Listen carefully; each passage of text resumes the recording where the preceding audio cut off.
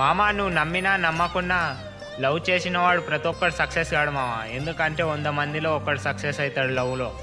అంతే తప్ప నువ్వు ఆ పిల్ల కోసం బాధపడి అది ఇది వేస్ట్ మామ, వేస్ట్ కథలు. ఎందుకంటే అమ్మాయి డబ్బు ఉంటేనే ఉంటుంది, నీ దగ్గర లేకుంటే లేదు.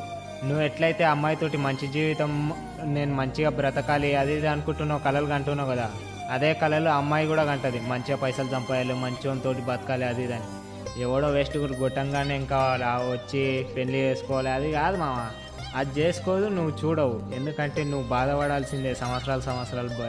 నేను ప్రేమించిన అది పోయింది అది దానికోసం బాధపడే కంటే నువ్వు బెటర్ లైఫ్, మంచి లైఫ్ ఎట్లా అంటే నువ్వు సెటిల్ అయిన తర్వాత ఒక అమ్మాయిని పెళ్లి చేసుకుని మంచిగా సంతోషంగా ఉండు. అంతే తప్ప లవ్ కోసము ఆ అమ్మాయిని నువ్వు ప్రేమించి ఆ అమ్మాయి దూరం అవుతుందని నీ ఫెయిల్యూర్ ఎక్కడైతుందో తెలుసా? ఆ అమ్మాయి కోసం బాధపడతావు చూడిపోతుందని నీ ఫెయిల్యూర్ ఎక్కడనే పోతుంది. ఎందుకంటే నువ్వు సక్సెస్గా అయ్యే మూమెంట్లోనే ఆ అమ్మాయి కోసం రోడ్ నెంబర్ అది తిరుగుతావు చూడు, అక్కడ పోతుంది నీ సక్సెస్ అనేది.